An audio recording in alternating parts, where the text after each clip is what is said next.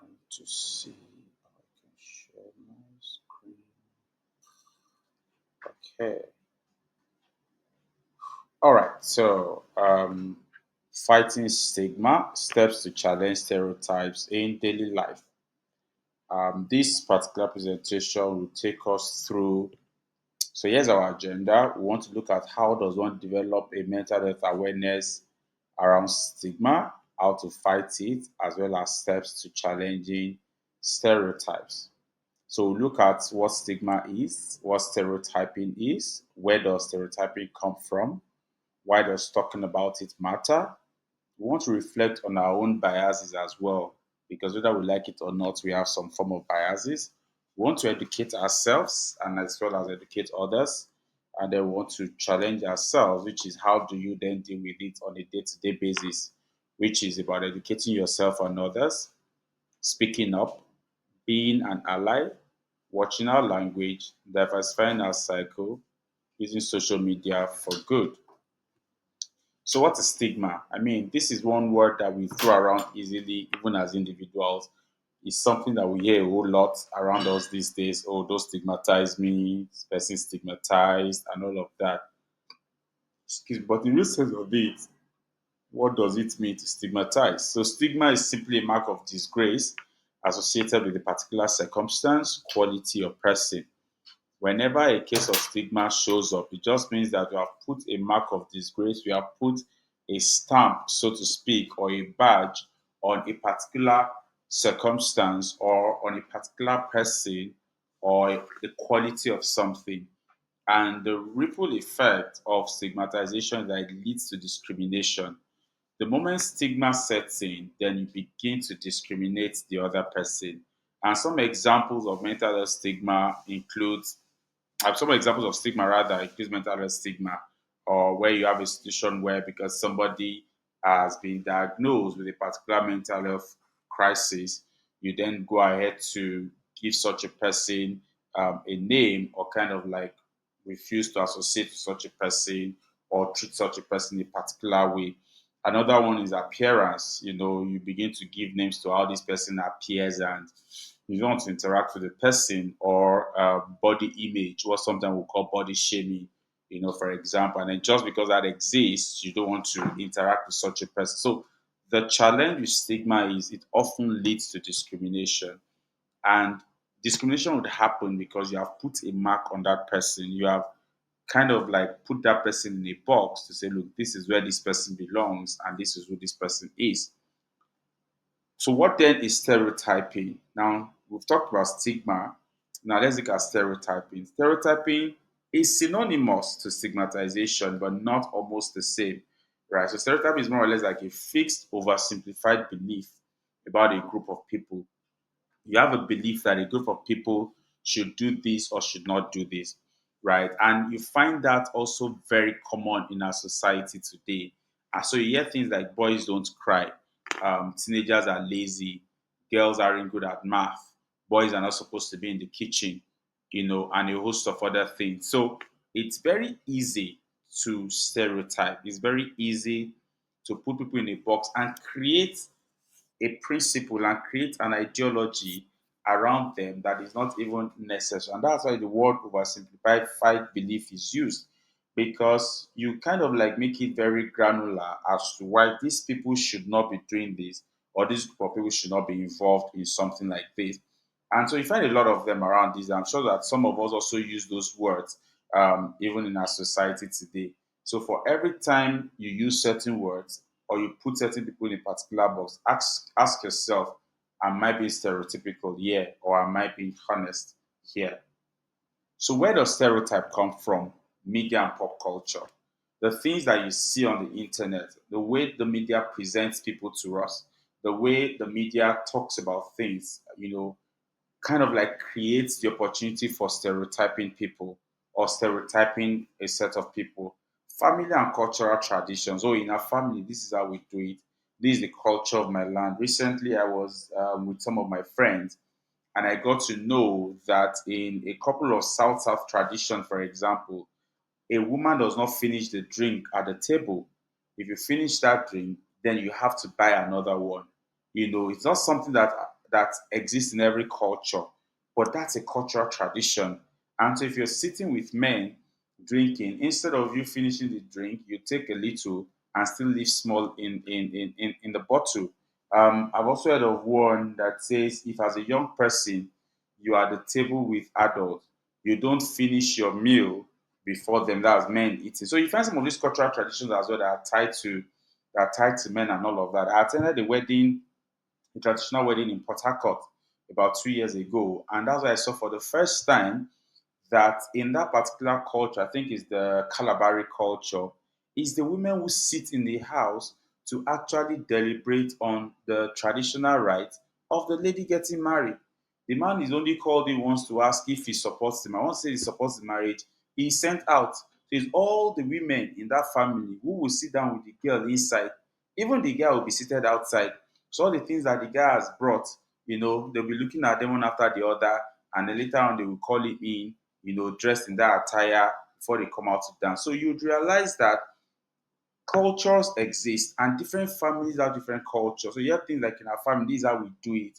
And this is why sometimes people also struggle when they start romantic relationships because the way people have grown up, the culture that people have grown up with in their families, and then you now meet this person, the culture is different. For example, some are used to maybe having morning prayers. The other person is not used to such a thing. And so begin to have this clash. Some people read in a particular way. So it's important to understand that these things exist and that you pay attention to them. They also have the situation where there is lack of real life exposure or understanding. Some persons have not been exposed to real life. Everything that they have known has been done for them by their parents or family members. And so they've not had reasons to struggle.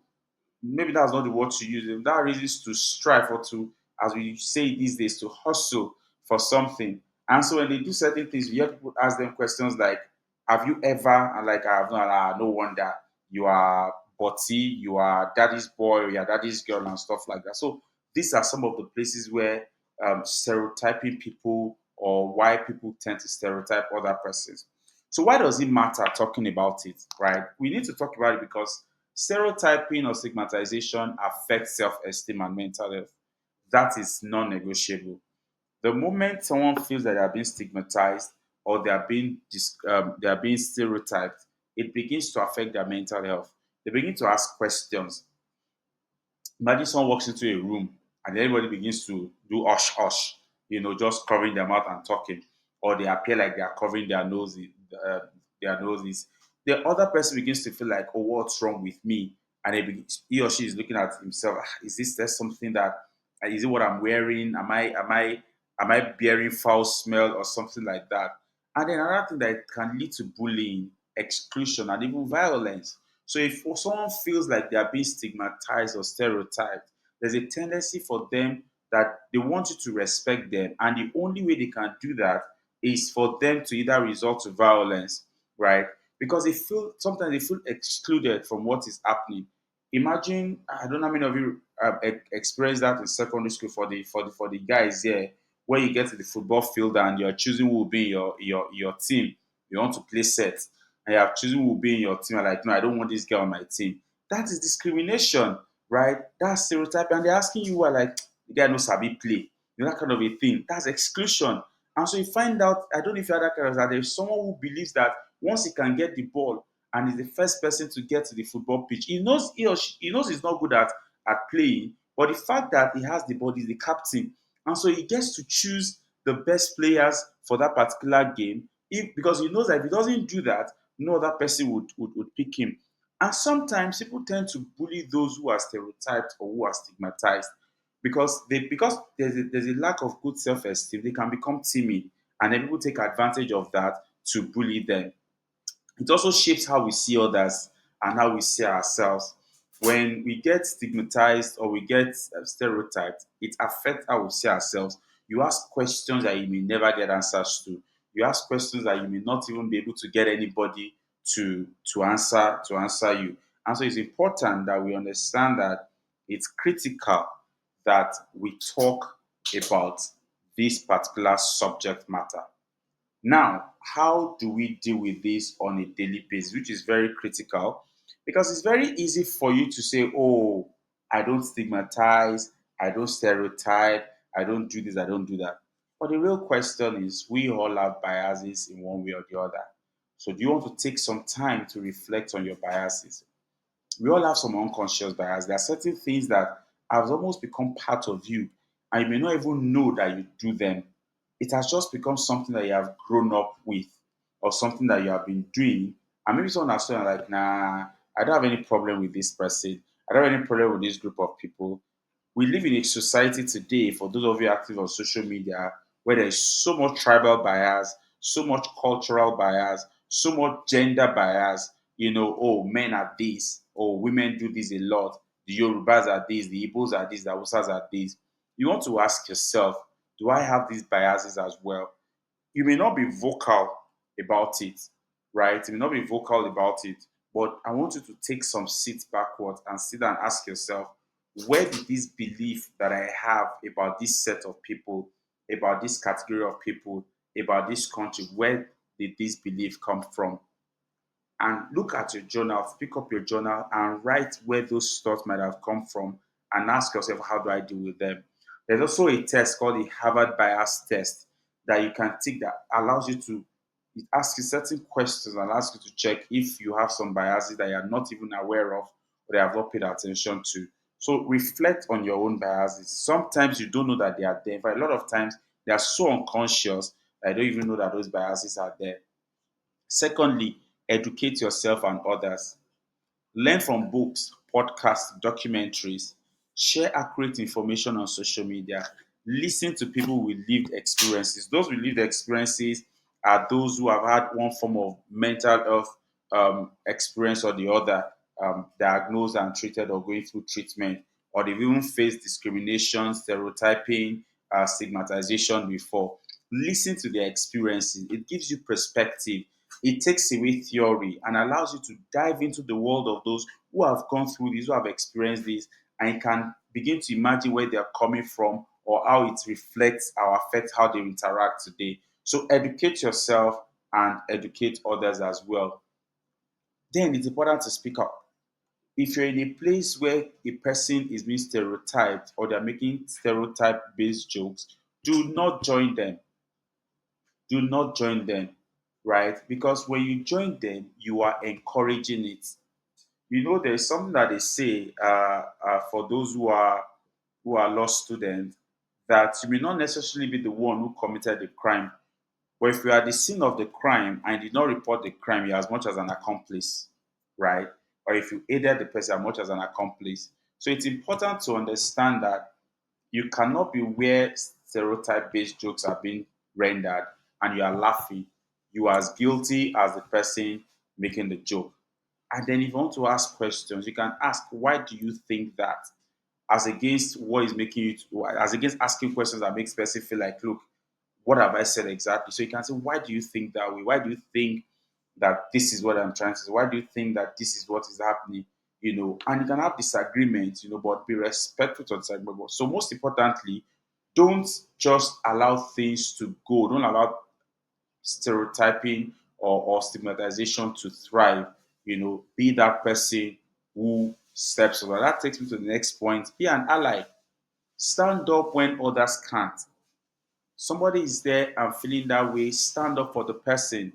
Somebody is losing himself or herself because of how they are being spoken at, stand up for the person. Support those friends who seem marginalized. Nobody wants to interact with them. Many years, my daddy shared a story with me. He said many years ago, he was in a secondary school in Kogi State where there were just two Yoruba students there. Now, Kogi is in North Central, and the commonest language there is the Kaba and the Ibira and the Igala people. And so they're the only Yoruba people in the whole of that school. And because of that, they felt marginalized. They felt stereotyped. And so they needed to fight to be seen. And so one day, his other fellow Yoruba friend decided to create a scene so that people would know that they exist, and then woke up in the middle of the night. They were just reading and then started running and said it in Yoruba. I said, wait, let me, which means book is pursuing me, and everywhere scattered like, "Ah, what's happening, and that day it created that awareness that look, you guys have been having your field day, taunting us and all of that, but we are also human beings here. Now, I'm not saying people should do that, but I'm saying that tells you to the extent to which people can go just to make themselves feel seen because they feel marginalized. So this is a call that you support people who are marginalized, who don't seem seen, or whom nobody wants to listen to. And if you have a platform, use your platform to lift others. Your social media platform, your WhatsApp group, support people who are marginalized. Don't join them to laugh at them or to make jest of them. We may think that stereotyping and stigmatization start from something being huge. No, but even within your family, if you do not watch it, you might have created some level of stereotyping about your siblings. Watch your language, right? Words matter. The things that you say matter. Avoid labels and slurs. Use people first language. For example, person with a disability, not a cripple. Don't say a cripple. Don't say a blind person. Don't say a deaf and dumb person. No, a person with a disability, a visually impaired person, or a person with visual impairment. This makes the person understand that you are seeing my person first before seeing my disability. Um, don't go around saying a mad person. Don't go around saying a mentally ill person. No, a person with mental disability. This makes the person understand that my humanity is being seen before my disability. So words are very powerful. Watch the things that you say. When you want to say something, ask yourself, this thing I'm about to say, if it were said to me, how would I feel? All right. Diversify your circle. I try as much as possible to look for a picture that would represent this. And it's just to say that look, get to know people from different backgrounds. The world does not revolve around your street, around your department, around your office, around your tribe, or even around your country. Um, I'm grateful to have had reasons to interact with people across continents when I attend board meetings and stuff. And you realize that sometimes you have to pay attention to listen to what the other person is saying. Sometimes you have to try to understand where the person is coming from, why they are asking the questions they are asking, and sometimes ask questions to be curious and understand that people are coming from different backgrounds. So allow them to express themselves. Step out of your comfort zone, right? The world does not revolve around your comfort zone. So step out of your comfort zone and try to see the world from a different perspective. I tell people that sometimes rather than driving, I just decide to take a stroll. If I can convert that to a walk, it allows me to see how people are interacting with each other, how people are behaving, and get to understand where they're coming from. Sometimes I board the bus, just because I want to hear that conductor scream, and get to understand um, people who are in the bus are conversing and saying different things. And it helps to sharpen how you think. One of the courses that I took during my MBA talks about cultural um, intelligence, right? And cultural intelligence teaches that businesses are done in different climates, in different ways. And so it's important for you to understand that the way businesses are run or done in Nigeria may not be the way the businesses will be done even in Kenya. So it's important to diversify your circle. Have friends across different professions.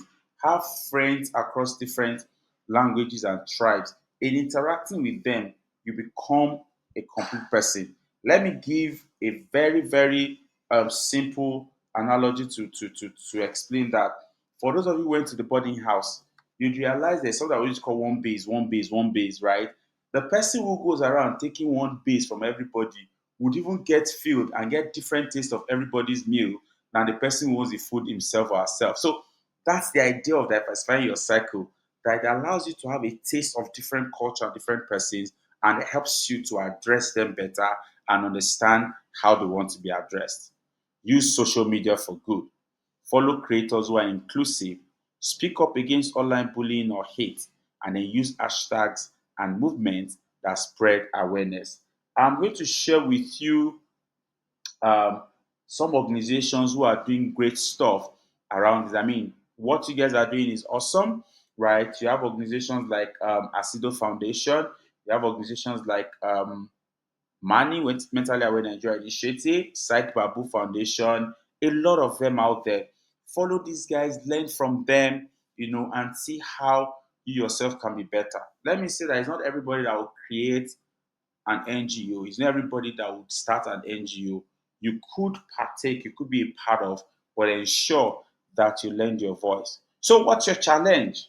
Choose one action to take this week to fight stigma. It doesn't have to be huge, it doesn't have to be big, but make a conscious effort that you will do something this week to fight stigma and share it with a friend or post about it online. When you share these things, it reaches people far much more than you think it would, and you are creating change one post, one tweet at a time. Finally, the only way to end stigma is to refuse to be silent. The only way to end stigma is to refuse to be silent. Because for every time you remain silent, you are giving room for one person to take over.